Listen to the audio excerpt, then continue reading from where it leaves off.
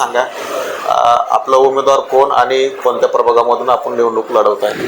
विभाग माझा 5 आहे, जो मंगलनाथ कॉलनीपासून छत्रपतीनगरपासून म्हणजे जी माजलगावची बॉर्डर आहे त्यापासून तो सुरू होतो, ते सरळ तसाच वैष्णवी मंगल कार्यालयापर्यंत जातो. असा उभा पट्टा हायवेच्या या साईडचा आहे आणि असा हा प्रभाग आहे. विशेषतः उभं राहण्याचं कारण हे आहे की मी पहिले शाहूनगरमध्ये 15 वर्ष राहिलेलो आहे. तिथं माझं घर होतं. आता मी मंगलनाथ कॉलनीत राहतो. याच्यापूर्वी दिलेले प्रत्येक नगरसेवक कोणत्याही पक्षाने असो मग ते की मंगलनाथ कॉलनी छत्रपतीनगर ह्या भागातला नगरसेवक आत्तापर्यंत तिथं कधीच झालेलं नाही. मग होतं काय की समजा नगरसेवक दुसऱ्या एरियातले असले तिकडं येऊन निवडून येतात आणि जिकडे ते राहतात तिकडे विकास होतो, पण मंगलनाथ कॉलनीत विकास मात्र होतच नाही. कारण ते त्या वार्डात म्हणजे त्या प्रभागात ते राहत नाहीत. तिथल्या प्रभागाची जी समस्या आहेत त्या तिथं राहणाऱ्या लोकांनाच माहीत आहेत. आम्ही काय फेस करतो, आमच्यासाठी काय आहे. तुम्ही जर तिथं जाऊन बघितलं तर आता सध्याच्या कंडिशनमध्ये मंगलनाथ कॉलनी ही एक हाय रेंज आणि माजलगावातल्या सगळ्यात महागड्या स्क्वेअर फूटच्या भावाने प्लॉट ज्या भेटतात ते मंगलनाथ कॉलनीत भेटतात. म्हणजे सगळ्यात हाय सोसायटी मंगलनाथ कॉलनी आहे.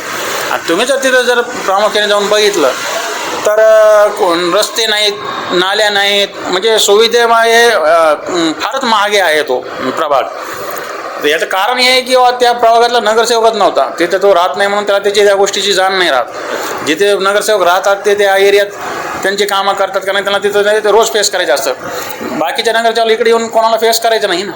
प्रामुख्याने ह्या गोष्टीमुळे मी या निवडणुकीत असा निर्णय घेतला की माझ्या गल्लीत कमीत कमी एक उमेदवार आत्ता सध्याच्या कंडिशनमध्ये बघा तुम्ही की कुठल्याही पक्षाने मंगलनाथ कॉलनी किंवा छत्रपतीनगरमधला उमेदवार दिलेला नाही आहे, व्यतिरिक्त दादाने मुद्दाम होऊन या प्रभागातला या कॉलनीतला नगरसेवक एक महिला रूपात म्हणून माझ्या परीने दिला की जेणेकरून या कॉलनीवर त्यांचं लक्ष राहील आणि या कॉलनीचाही विकास सगळ्यासोबत होईल.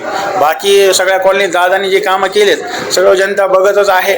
आणि आजकालचे मतदार हे पूर्ण सुशिक्षित आणि समजदार झालेले आहेत. भूल थापाला फळी पडत नाही. विकास दिसतो, ज्यांना विकास दिसतो, विकास करतो ते बरोबर दादाला मानतात किंवा दादांनी जे कामं केलेत हे सगळ्या जनतेने बघितले आहेत. या कॉलनीसाठी आता मला हे सगळं दादांच्या अध्यक्षतेखालीच इथं कॉलनीचाही मला भरपूर विकास करायचा आहे. पाण्याचा प्रश्न आहे, रस्त्याचे तर खूप प्रश्न आहेत. बाकी ज्या बी अडचणी ग्राहकांच्या, मतदाराच्या किंवा आमच्या गल्लीत राहणाऱ्यांच्या, माझ्या प्रभागातल्या ज्या बी अडचणी असतील त्या प्रामुख्याने दूर करण्याचं काम आमचे जे साथीदार आहेत राहुल लंगडे ते तर सुरुवातीपासून करत आहेत. त्यांची जे केलेले काम आहेत तुम्ही आजही जाऊन बघू शकतात, कॉलनीतल्या लोकांना विचारू शकतात, प्रभागातल्या लोकांना विचारू शकतात. तशीच कामं मलाही त्यांच्यासोबत राहून माझ्या कॉलनीसाठी करायचे आहेत, माझ्या पूर्ण प्रभागासाठी करायचे आहेत आणि ते मी नक्की करीन. आत्तापर्यंतही मी नगरसेवक नव्हतो, पण जे चिल्लर प्रश्न असतात कॉलनीतले लोकांचे माझी ओळख, माझी संबंध असल्यामुळं नगरपालिकेकडून मी करत आलेलो आहे. इथून पुढं मला प्रतिनिधित्व जर भेटलं तर ते मी हमेशा करत राहीन आणि पूर्ण माझी कॉलनी एकदम चांगल्या सुविधा देऊन परिपूर्ण करून टाकेल असं आश्वासन मी देतो. विरोधक सध्याला आरोप करतायत आमदार